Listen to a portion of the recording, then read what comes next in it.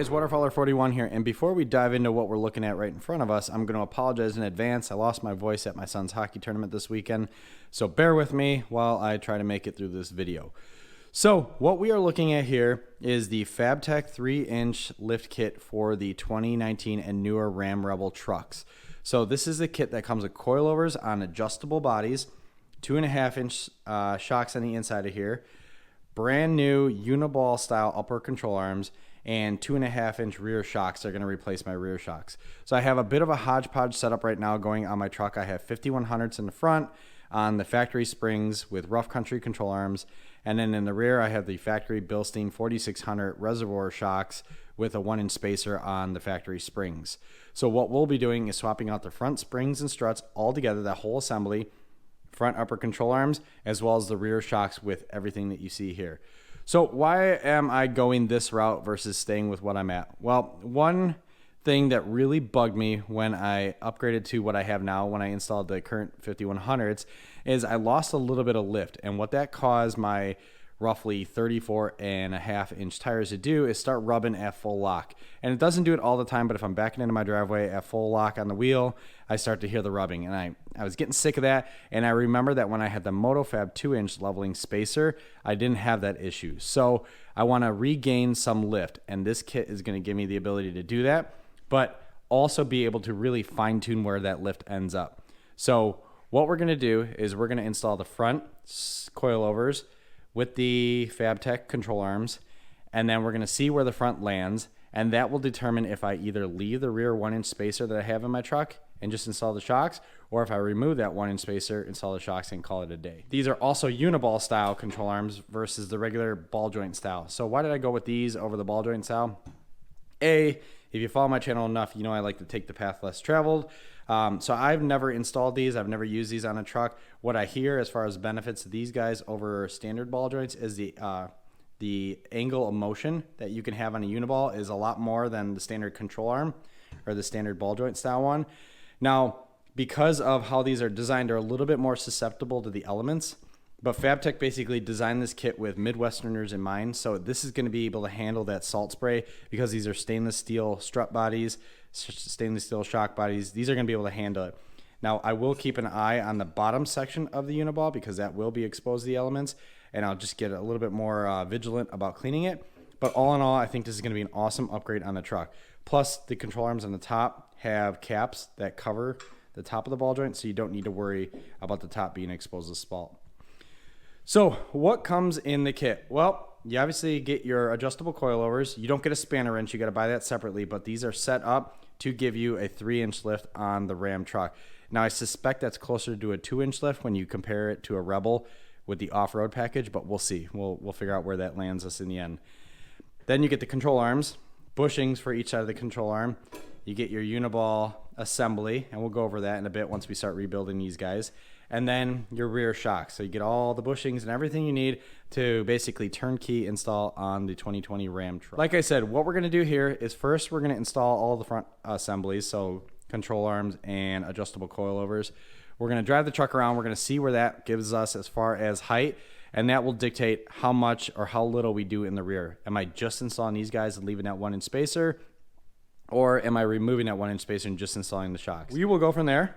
We'll figure that one out tomorrow. So this is gonna be kind of a 2-day project here. So tonight I'm gonna work on the front, tomorrow I'm gonna work on the rear, and then this weekend I'll go get the truck realigned once I figure out if I am happy with how the truck is sitting.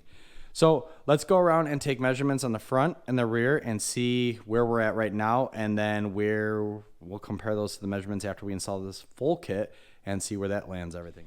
All right, so let's just measure the passenger side. I know both sides are a little bit different, but I just want to kind of see ballpark where we're at.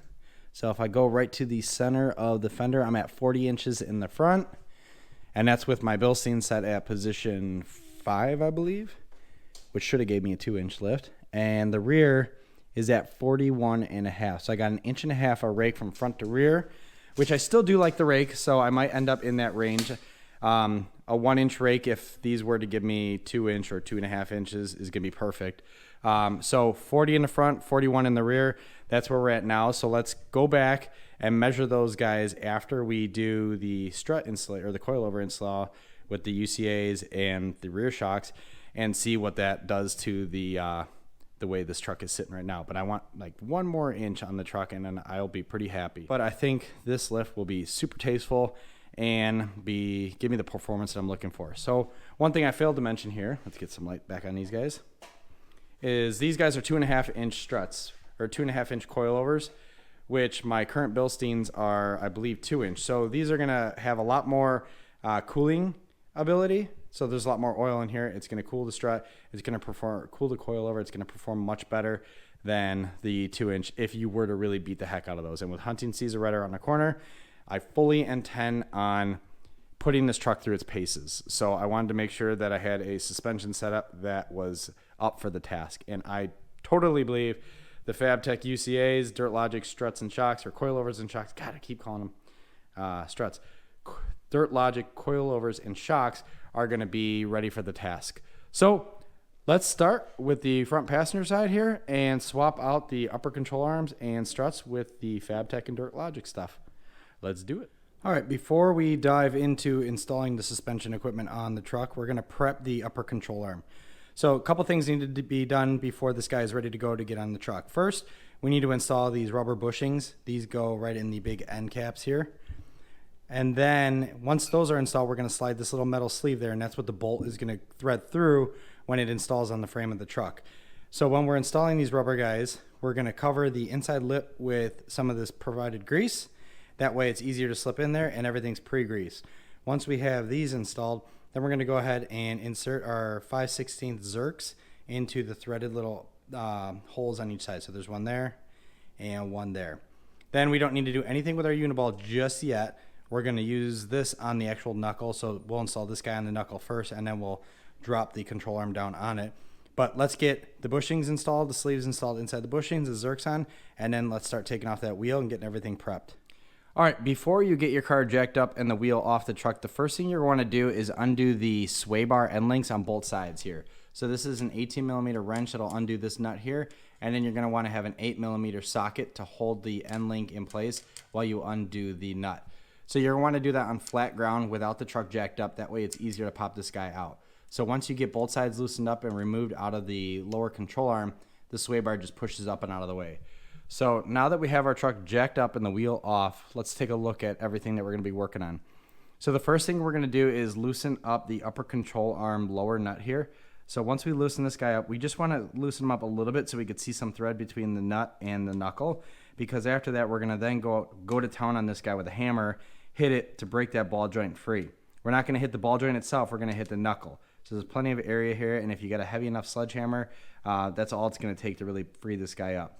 Then the next thing we're going to do is remove the tie rod end link. So I believe this is an 18mm socket as well, or 18mm nut as well. I'll confirm that. Then we're going to take a strap, hook it from there through the wheel studs up back on the frame, and that way once we do undo the tie rod end link and the upper control arm, the hub's going to want to flop all over the place, but if you have a strap there, it's not going to let it do that. And then if you have a just a regular like strap down, regular tie strap, you could use the release on it to slowly lower the hub once you're ready to unbolt this guy. So let's go ahead and break this nut free, break the ball joint free, and then remove the tie rod, and then we'll come back and I'll show you how you remove the strut from everything. But I will say it's going to be easier to remove the upper control arm first. That way you free up all this areas. Okay, so I have the tie rod end link undone. It's just loosely hanging in the knuckle there. Then I have the nut underneath the upper control arm loosened up, so you can see there's some space between the nut and the knuckle, but it's not completely off the thread. So now we're gonna hit this guy with our big friggin' hammer to loosen up or break that ball joint free. So let me see if I can do this with one hand, and we can watch it.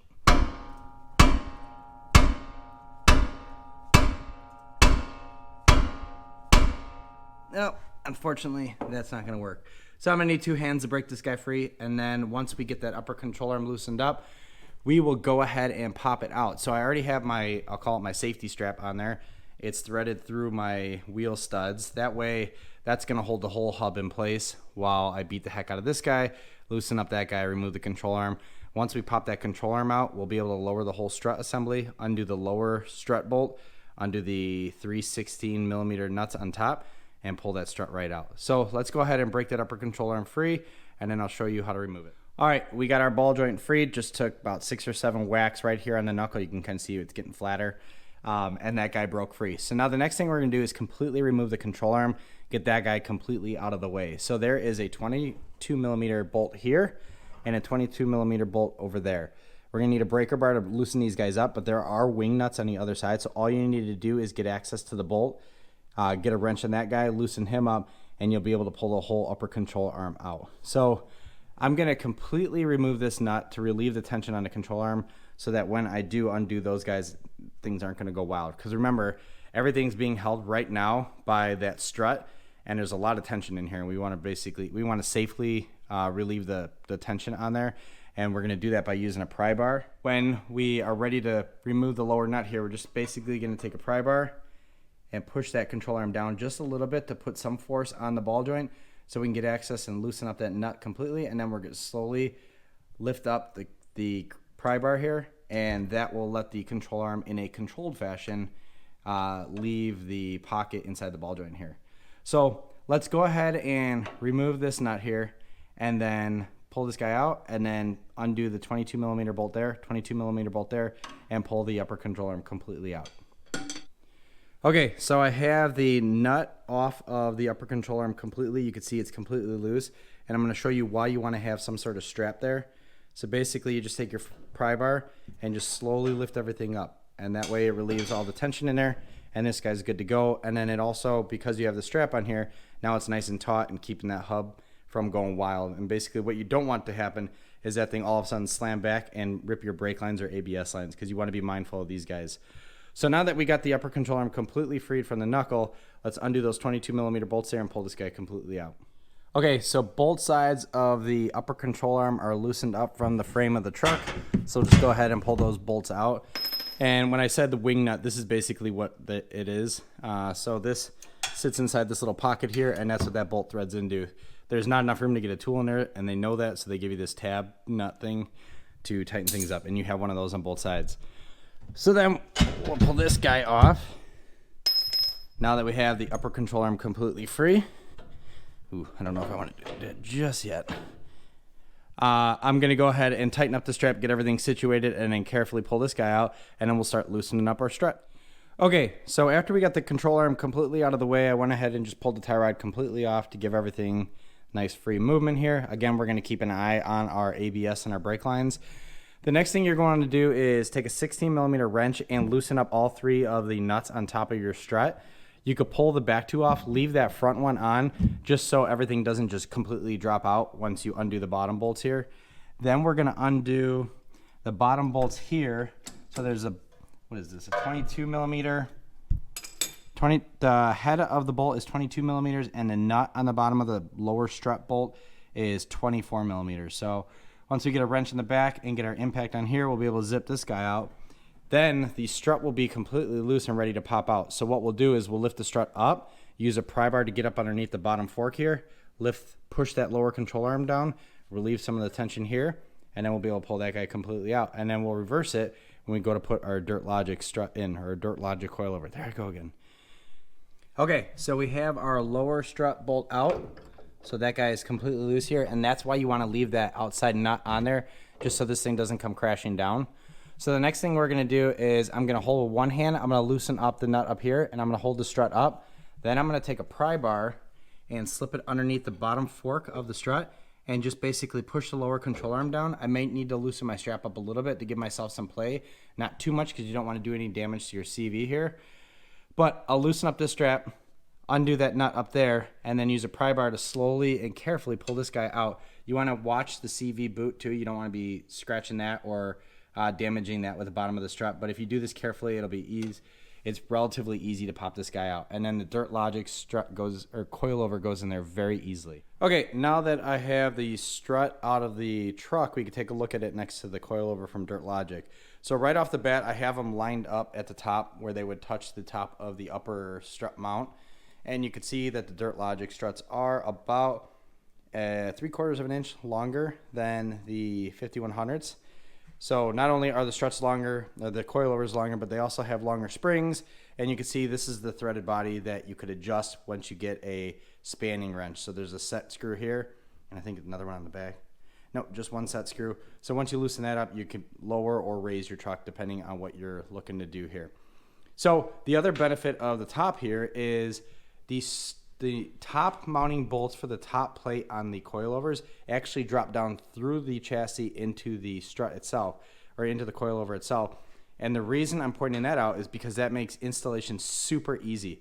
So all you do is just hook this guy on a lower control arm, and then this area slowly pushes into the upper strut mount, or upper strut mount on the truck, and then you just drop the screws down and thread them right into the top of the strut here.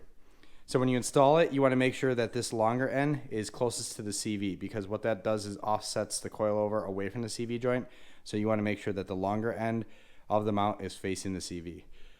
So let's get everything prepped, ready to go, and we're going to drop this guy in there, and then I'll show you how to install the upper control arm, and then we are done with the front of the truck.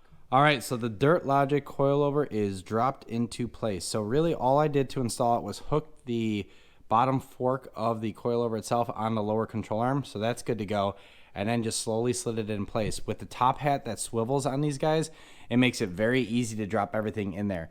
Then I went ahead and took one of the nuts that's going to drop down through the top strut mount and just went ahead and threaded it in there. So next thing I'm going to do is hit these guys with some Loctite and then drop them in the other two holes as well.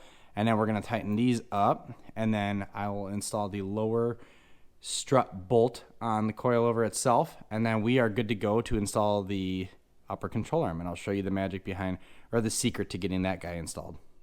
All right, so the coilover is completely installed. Went ahead and tightened down the 16mm bolts that drop down through the top mount into the coilover. And then while I was at it, I went ahead and installed the lower bolt. So it's a 21mm bolt. I earlier said 22, it's actually 21, and then a 24mm nut on that one. So the other thing I'm going to do is I'm just going to install the tie rod end link here. And the reason I'm going to do that is this will keep my hub straight, because now we're going to start to install the upper control arm, and I want to keep that hub as straight as I can. That way it's easier to aim the upper control arm. So let me get this tie rod in there and get all the pieces for the Uniball, because what we got to do is install a few pieces in the upper knuckle first before we actually install the control arm.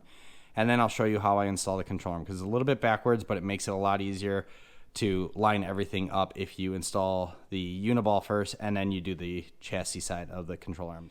Okay, before we install all the pieces to our Uniball ball joint, I want to show you the anatomy of what we're looking at here. So at the heart of everything is our Uniball pin. So basically this is the pin that goes into the top of the knuckle and holds everything in place. It's tapered so it'll fit into the top of the knuckle, and as you tighten it down, this will cinch down into that knuckle. Then you have an upper and you have a lower misalignment. So these are what go on each side of the Uniball control arm, and that's what allows the Uniball control arm itself to pivot off of this pin. It keeps things separated from the knuckle, so it keeps things free and clear, so it has enough room to move, and that's how you get such good articulation from a Uniball. Then on the bottom end of the knuckle, so if you take your pin, that guy's gonna drop down exactly like that. Then you're gonna take this washer and a nut, and you're going to thread this on the bottom here. So we're going to use, and I believe it's a 24mm wrench to hold this guy in place, and we're going to tighten this nut down.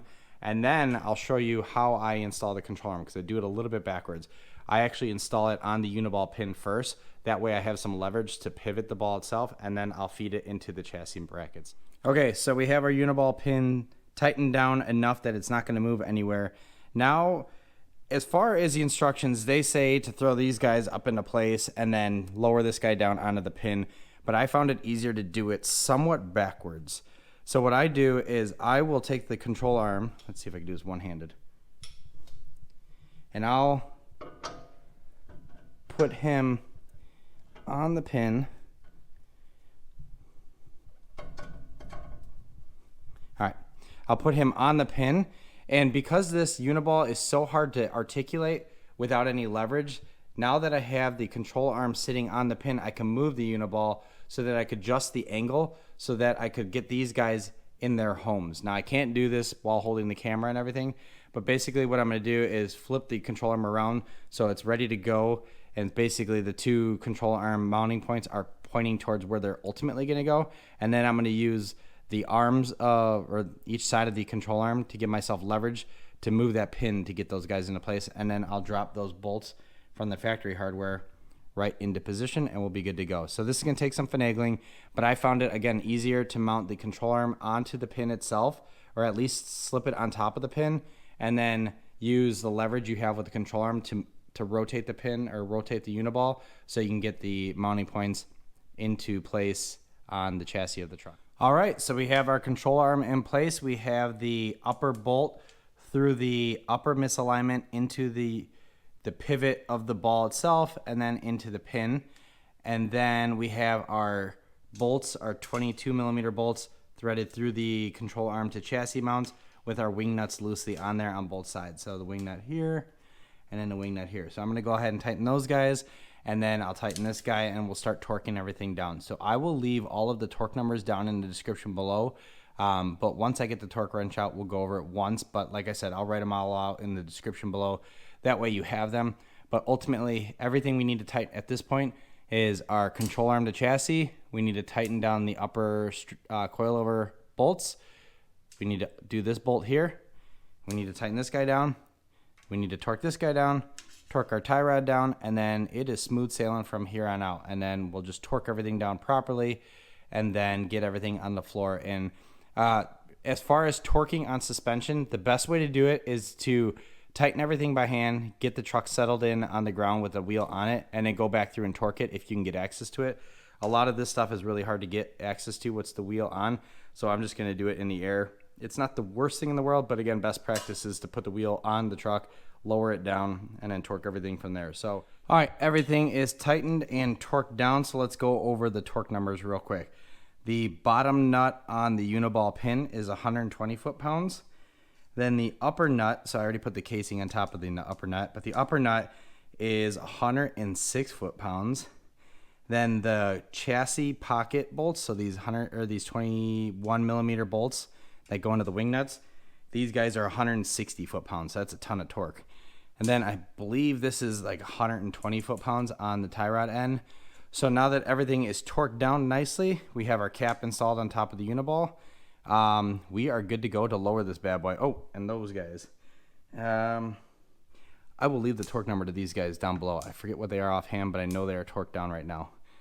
All right, the last thing we're going to do before we lower the truck and get the wheel put back on it is just triple check everything, that everything's tightened. So again, remember we're messing around with the upper knuckle, so make sure everything's tight there. Make sure that tie rod is installed properly and properly torqued down. And then make sure the upper control arm bolts are properly torqued down too. And then again, the last coilover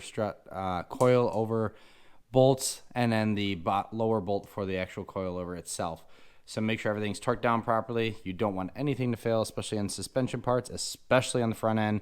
The rear end, while any failure is bad, I'd rather the failure happen on the rear suspension than the front, because again, if you lose steering, that could be life or death. So now that everything is torqued down properly, I'm going to go ahead and get the wheel installed back on the hub here. That way I could reinstall my sway bar and take this guy for a little bit of a test drive before we come back and measure where the fender's at with just the front coilovers done. So let's get that wheel put on here and sway bar reinstalled and take it for a little drive. All right, so I just got back from taking the truck around the block just to let everything roll out here real quick and settle in for a minute. So let's measure the front here. We are looking at 41 1/4.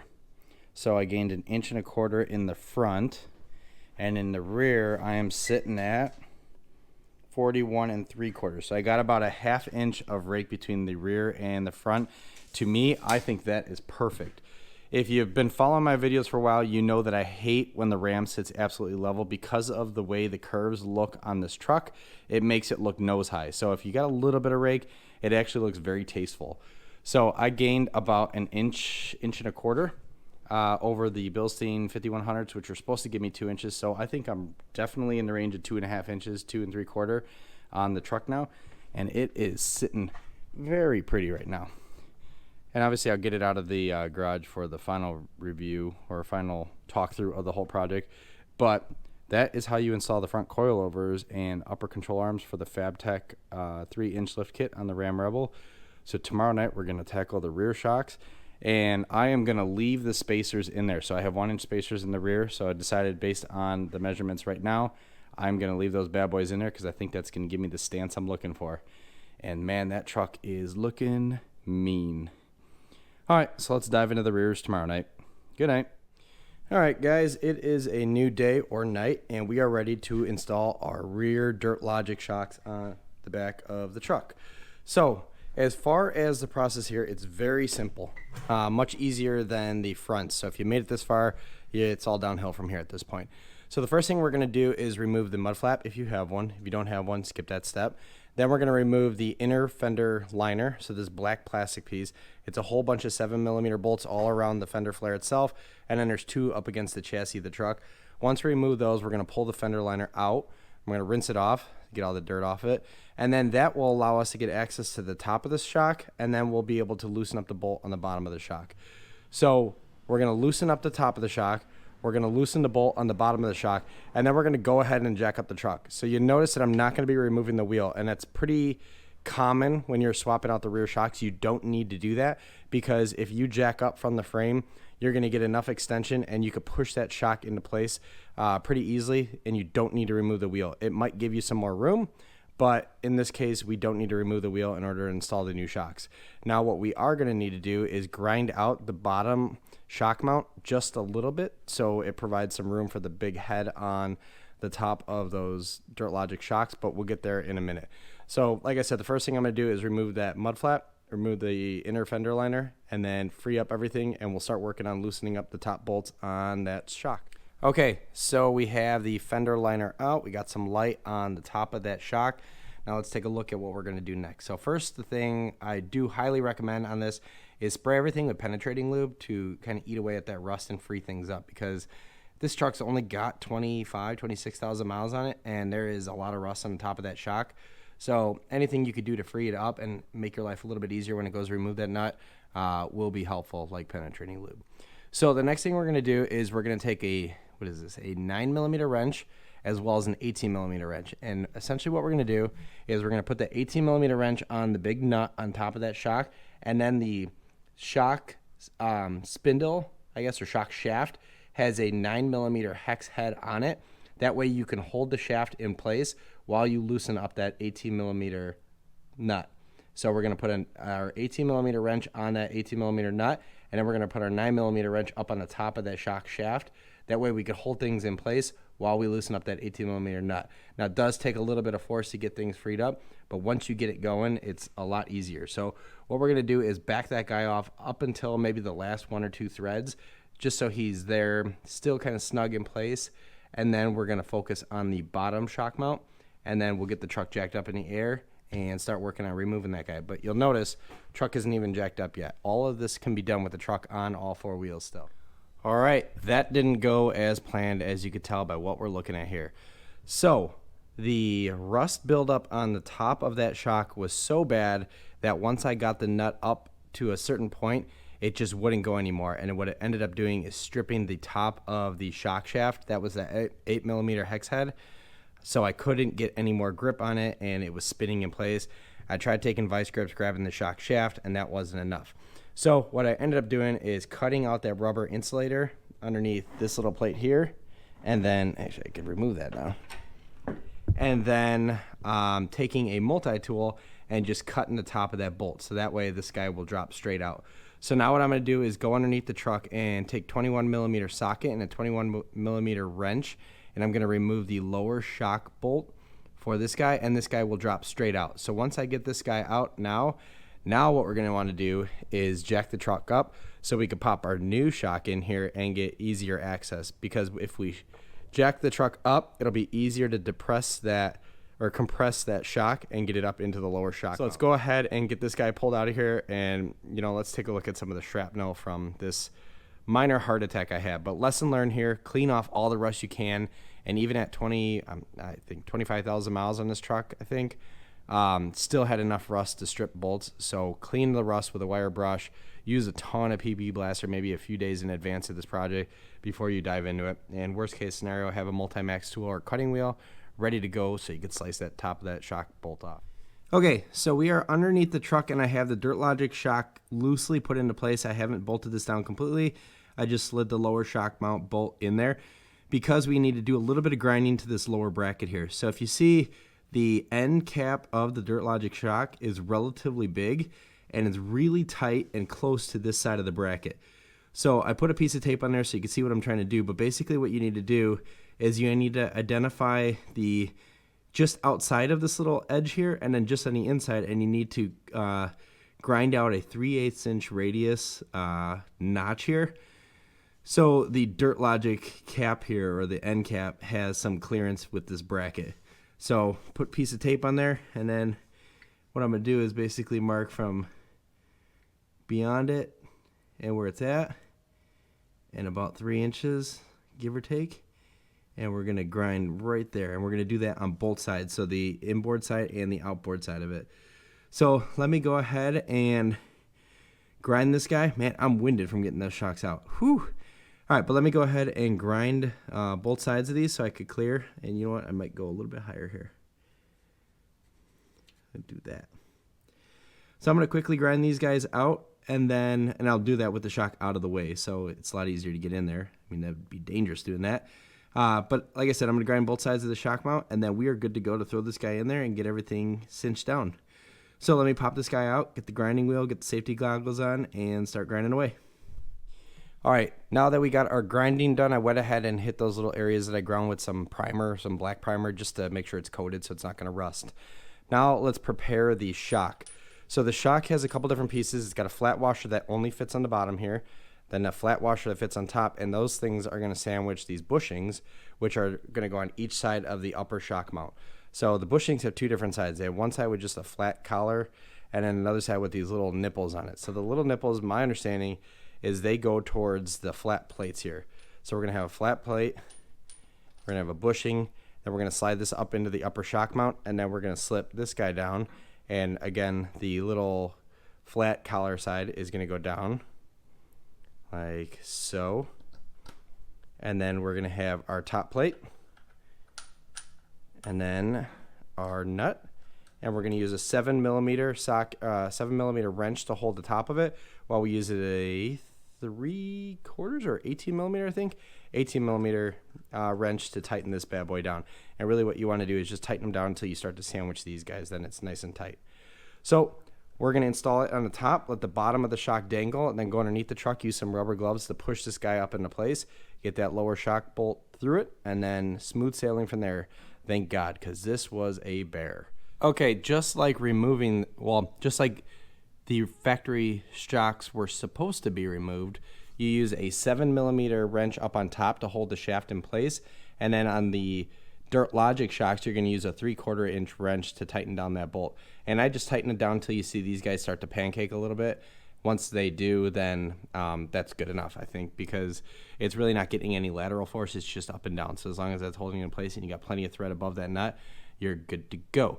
So we are going to lower the truck down off the jack stands, and then reinstall the fender liner, reinstall that mud flap, and then we are done. This was an absolute bear of a project. These rear shocks were supposed to be super easy, and it's to no fault of Fabtech and Dirt Logic. It was really just removing the factory stuff, which this is going to happen regardless of what direction you go with the aftermarket parts. But we have our Dirt Logic shock installed. Nothing on the bottom is torqued down yet. I'll torque it down once I get the truck down on the ground and get everything back into place. But they look awesome. I'm excited to drive around with them. And one thing that I did notice is it was easier to compress these guys than it was to compress the Bilstein 4600s, which came on my truck.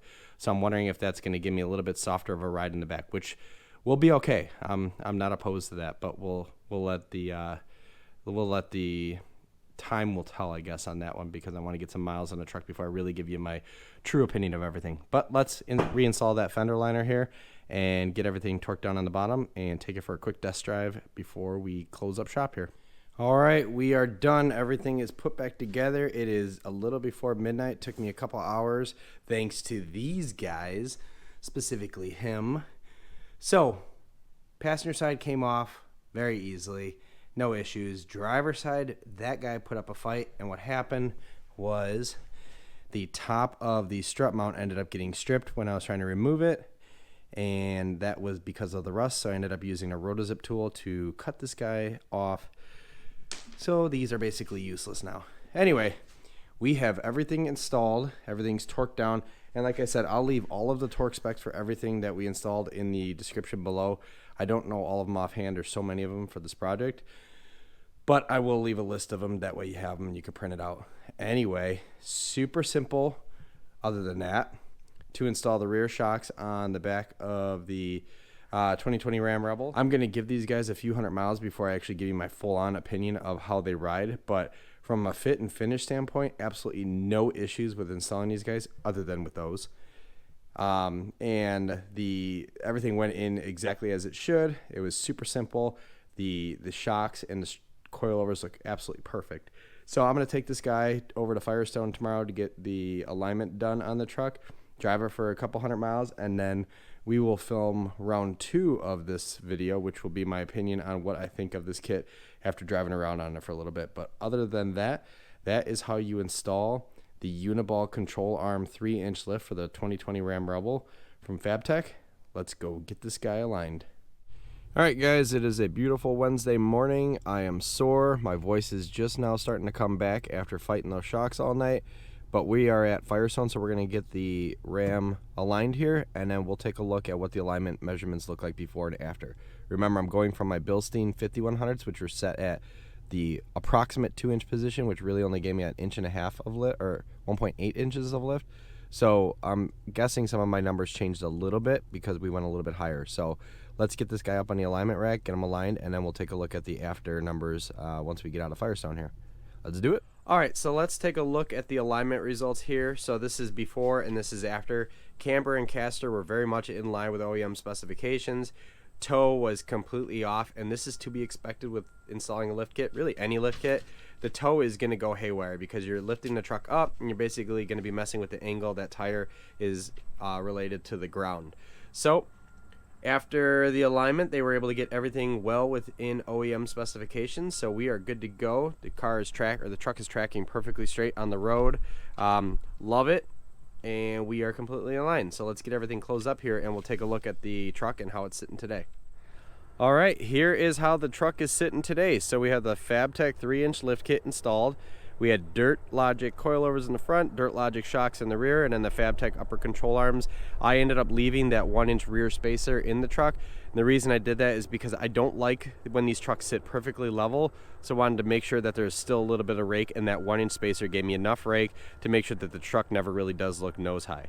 So I am going to wait until I have a few hundred more miles on the truck to really give my personal opinion on how well the truck rides. But from a first impression standpoint, the truck is awesome, but we'll get into that in a second.